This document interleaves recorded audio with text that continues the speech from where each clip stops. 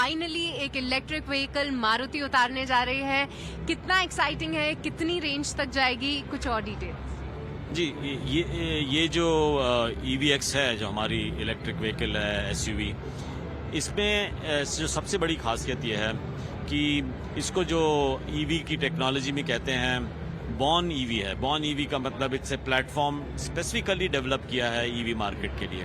मतलब कोई existing vehicle को में तब्दीली करके उसको EV बनाने वाला काम नहीं है, ये एक प्लेटफॉर्म बना है। अब उसके कई एडवांटेजेस हैं।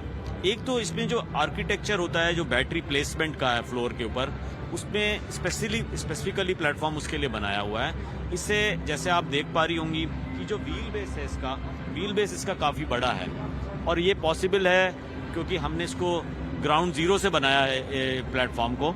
और इसका मतलब ये है कि अंदर की स्पेस बहुत ज़्यादा है और अंदर की स्पेस में फ्लेक्सिबिलिटी है। आप उसको काफ़ी अच्छी तरह से, मतलब डिफरेंट पैटर्न, डिफरेंट कॉम्बिनेशंस में आप उसको यूज़ कर सकती हैं। दूसरा ये है कि इसमें जो बैटरी है वो 60 किलोवाट आवर बैटरी है और इसका मतलब ये है कि रेंज इसकी करीब 550 किलोमीटर है, जो इस कैटेगरी में सबसे ज़्यादा है। तो मेरी नज़र में ये 3 बहुत बड़ी खूबियाँ हैं। और चौथी, अगर आप डिज़ाइन के हिसाब से देखें तो अगर आप इसका ओवरहैंग देखें यहाँ पे, तो ये ओवरहैंग जो है ये बहुत छोटा है। ये इससे क्या है, एक तो व्हील बेस बड़ा हो सकता है, हाँ व्हील बेस बड़ा हो सकता है ये ओवरहैंग छोटे होने की। दूसरा, इसकी जो बॉडी है, इसकी जो स्लिकनेस है, इससे जो CD फैक्टर है, जो इसका एरोडायनेमिकल फैक्टर है, वो बहुत अच्छा है। इससे आपको फ्यूल जो एफिशिएंसी है उसकी बेहतर हो जाती है और इसका परफॉर्मेंस बेहतर हो जाता है। ओके, पर शशांक जी, अब जैसे EV पे अब कंपनी का फोकस हो गया है और सुजुकी ने ये कॉन्सेप्ट जो है इंडिया में सबसे पहले डेब्यू किया है। मारुति सुजुकी कहीं ना कहीं ये कहती आई है कि EVs इतना ज्यादा पेनिट्रेशन अभी मार्केट्स में नहीं लाएगी, उसको थोड़ा सा अभी वक्त है। क्या उस थिंकिंग में अब बदलाव हो रहा है? क्योंकि यहाँ से लेकर क्या हम और भी लॉन्चेस कंपनी की तरफ से आते हुए देखेंगे? कैसे आप देख रहे हैं कि EV मार्केट इंडिया में ग्रो होते हुए? जी देखिए, EV एक इवॉल्विंग फील्ड है, तो इसमें लेकिन एक जनरल इंडस्ट्री में कंसेंसस है कि आगे आने वाले वक्त में ये मेन स्ट्रीम हो जाएगा। लेकिन जहाँ कंसेंसस नहीं है वो ये कि ये कितनी जल्दी होगा। मतलब कि the question is not whether, the question is when. हाँ, तो एक इंडस्ट्री के जितने रिसर्च होती है उससे ये आ रहा है कि इंडिया में 2030 तक EV पैसेंजर व्हीकल में 17 से 20% का पेनिट्रेशन होगा। और अगर आप कोई कैलकुलेशन करें कि आज से जो 2030 तक जो गाड़ियां बनेंगी उसमें करीब 43 मिलियन गाड़ियां जो हैं पैसेंजर व्हीकल बिकेंगी, उसमें करीब 3.5 मिलियन EVs होंगी।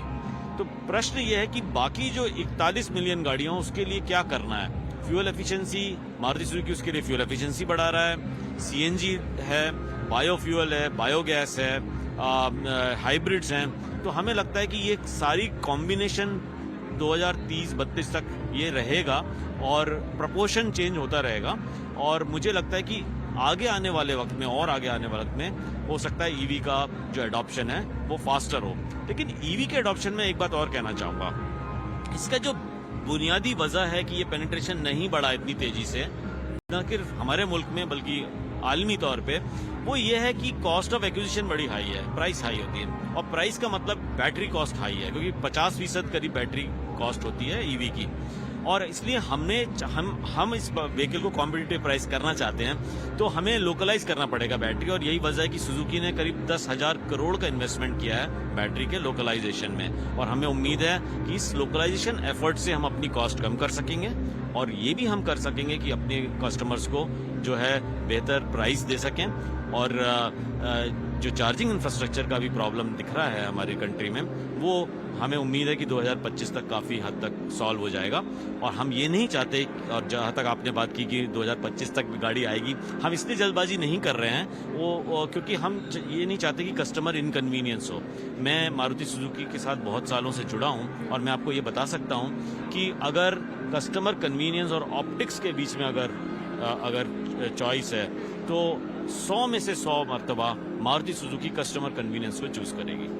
शशांक जी, मेरा आखिरी सवाल होगा कि जिस तरीके से हम देखते हैं कि अब बहुत सारी कंपनीज पहले एक प्रोडक्ट लॉन्च करती हैं, फिर बैटरी मैन्युफैक्चरिंग, आप दोनों में आ गए, पर एक पूरा ईवी का इकोसिस्टम डेवलप करने के लिए चार्जिंग इंफ्रास्ट्रक्चर में, क्या वहां पे भी अब कंपनी का फोकस आने वाले टाइम में, क्या कुछ उस विचारों पे भी कंपनी आ रही है? जी बिल्कुल, वो तो बहुत बड़ी बात है। जैसे मैंने कहा, कॉस्ट ऑफ एक्विजिशन एक मुद्दा है, दूसरा चार्जिंग इंफ्रास्ट्रक्चर दूसरा मुद्दा है, और उस पर काफी काम हो रहा है हमारे कंट्री में। सरकार भी इसमें हेल्प कर रही है, कुछ प्राइवेट कंपनीज भी कुछ कर रही हैं, और मारुति की भी अपनी अलग हिकमत अमली है, स्ट्रेटेजी है। तो वो हम अगले आने वाले जो साल में, जब तक हम ये गाड़ी उतारेंगे, तब तक हमें उम्मीद है कि हम वो चार्जिंग इंफ्रास्ट्रक्चर पे भी काफी अच्छा प्रोग्रेस करें।